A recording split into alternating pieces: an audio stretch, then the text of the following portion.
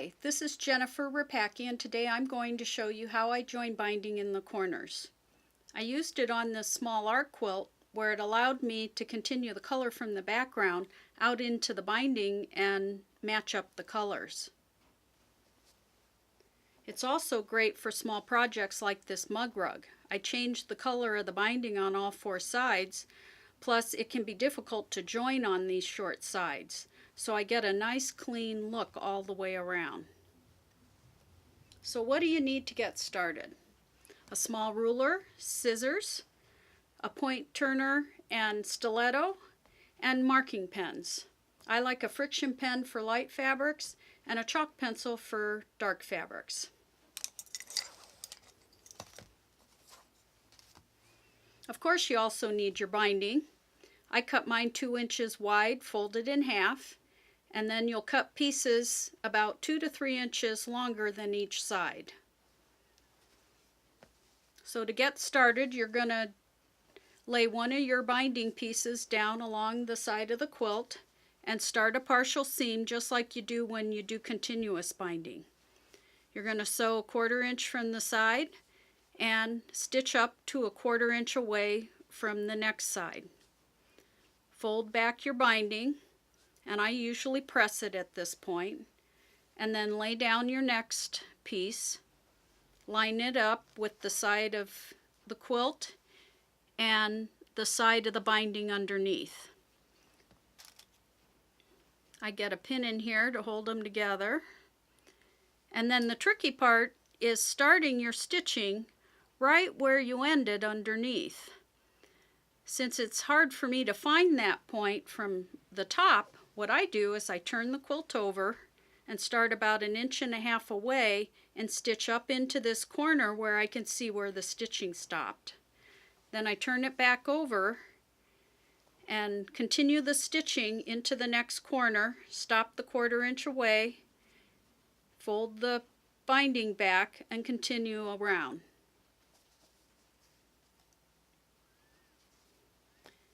So you'll get all 4 sides sewn on, and now you've got to mark those corners.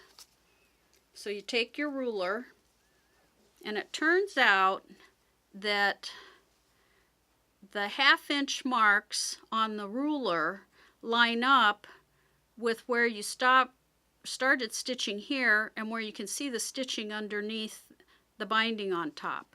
So I'm going to line those marks up and then mark along here.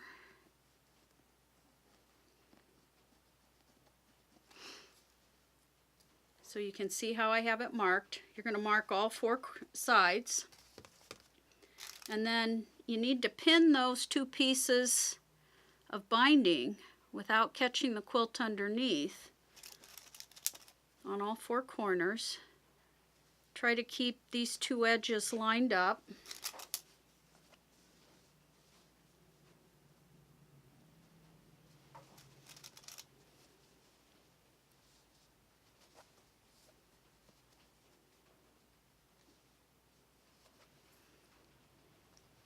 And then you're ready to go to the machine.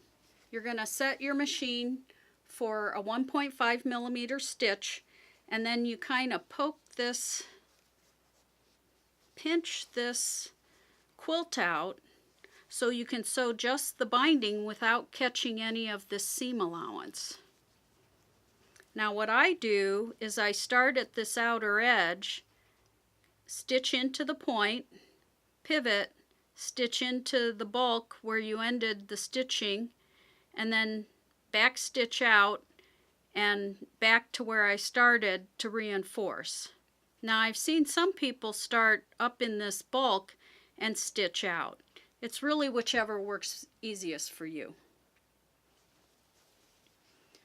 So you're going to stitch all 4 corners, and then you're ready to trim. So one thing you want to do is make sure you don't cut this corner because that fills that point. So I'm going to trim the top piece of binding, about 1/8 inch away. And then for you Non-garment sewers, what I do is I grade the seam a little bit, which means the second piece of binding I cut just a bit further away. It helps with that bulk in there, so they both aren't the same distance away from the stitching. And then you need to cut right across that point without cutting the stitching. So at this point, I've seen several ways to turn these corners. You can finger press these seams open, but when they're cut really close like this, it's kind of hard to do. You can see you can finger press them and turn them. The other thing I find that works for me is to do this with a point turner from the side and turn over that point right through, and you've stitched with a 1.5 millimeter stitch. You can see I'm pushing pretty hard into that point to get it out. And if you need to at this point, you can take a stiletto and just gently pull that point out, although this turned pretty nicely on me. So then you're gonna finger press it down, and then I iron them. Now here I used white thread so you could see the stitching, but normally you would use the same color as your binding. And here's your corner.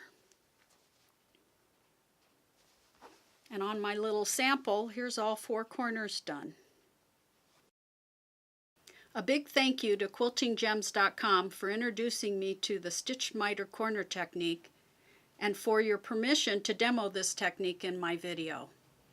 I also invite you to visit my website where you can see more quilt samples where I've used this technique.